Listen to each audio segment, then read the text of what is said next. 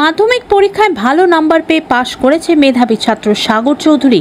গতকাল মাধ্যমিক পরীক্ষার রেজাল্ট বেরোনোর পর যথেষ্ট খুশিতে ছিল সাগর। গতকাল রাত্রিবেলা কারোর ফোন এসেছিল সাগরের কাছে। তারপর সাগর চৌধুরী রাত্রিবেলা বাড়ি থেকে বেরিয়ে যায়। তারপর আজ সকালে তার বাড়ি থেকে ঢিলছড়া দূরত্বে আম গাছের নিচ থেকে তার মৃতদেহ পাওয়া গিয়েছে। সূত্র থেকে জানা গিয়েছে, কোমরের নিচ থেকে পা পর্যন্ত শরীরের হাড় টুকরো টুকরো করে ভাঙা ছিল সাগরের। খুন নাকি আত্মহত্যা, গোটা ঘটনার তদন্ত শুরু করেছে রহরা থানার পুলিশ। মেধাবী ছাত্র সাগর চৌধুরী মৃত্যুর ঘটনায় শোকের ছায়া নেমে এসেছে তার পরিবার সহ গোটা এলাকায়। কখন দেখতে পেলেন? 4টের সময়। ভোর 4টের সময়। আপনি কি বাথরুম করতে উঠেছিলেন? হ্যাঁ। কি দেখলেন? দেখলাম আওয়াজ হচ্ছে, আর কি আওয়াজ হচ্ছে, বউকে ডাকলাম যে দেখো তো কি হচ্ছে।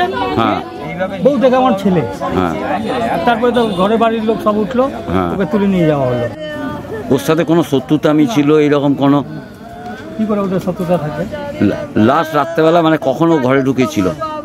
ও তো ঢুকেই যায় ঘরে, 8-9টা ঘরেই থাকে, খাওয়া দাওয়া করে, রাত 11টা অবধি জেগে থাকে হয়তো, তারপরে ঘুমিয়ে। ও আলাদা ঘরে ঘুমায়? এই পাশে ঘরে।